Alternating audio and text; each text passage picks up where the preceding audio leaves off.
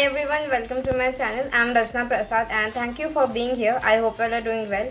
So I'm back with another book review. Today I will be reviewing the book Manu by Darshan Desale.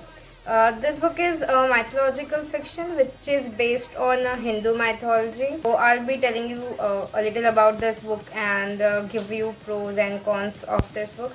So without further ado, let's get started. So this book is about Manu, who is just an ordinary guy just like us.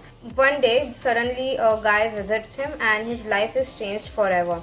So this guy, this character, he's a character from Mahabharata. So he visits him, and this person who visited Manu, he can become anyone he wants. So that's really fascinating and magical part of the story. And then he tells Manu everything, which really scares him and freaks him out. And all these things are really confusing, and some are really scary and out of the world. I mean, that would scare us too, right? If someone comes in our house and tells us everything that is not really real to us. So this guy Manu, he is very well versed with Vedas, and but he is still kept away from some parts of Vedas. He's kept away from Vedas because something threatening can happen to him.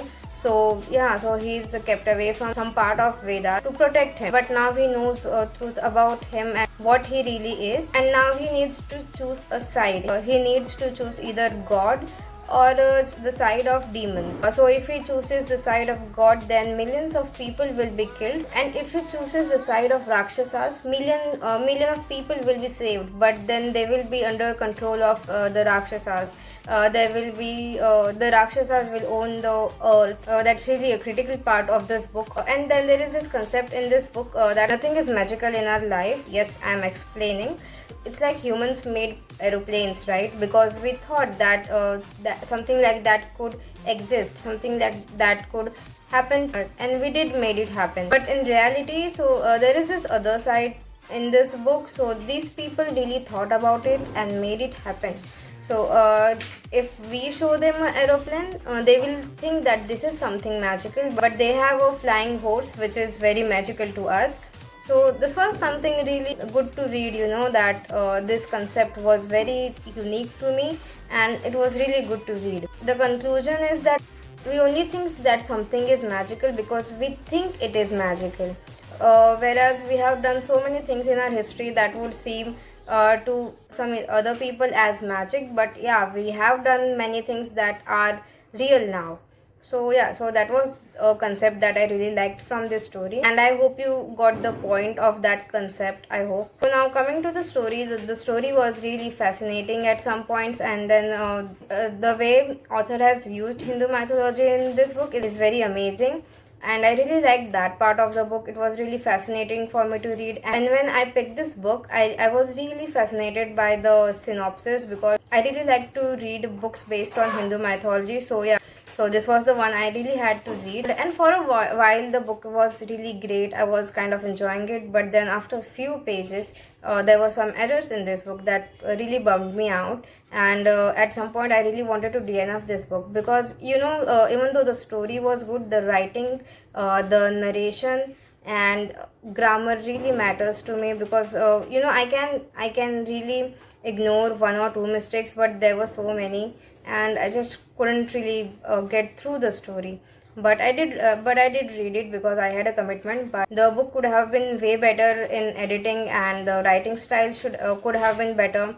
The author should have worked hard on proofreading and editing, and the plot development was not that great, because I really expected it to be amazing, because Hindu mythology is so diverse and many authors can use it in various places. But the characters did really fascinate me. The way author give birth to these characters is really amazing and fascinating.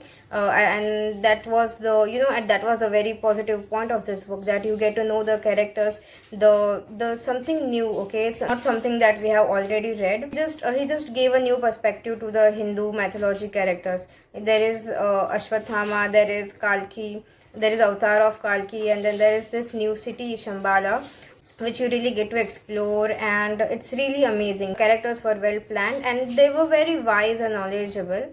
Now coming back to the plot, at some points I found it too descriptive, and at some points there was not much description at all. And as I said that this book is inspired by Hindu mythology.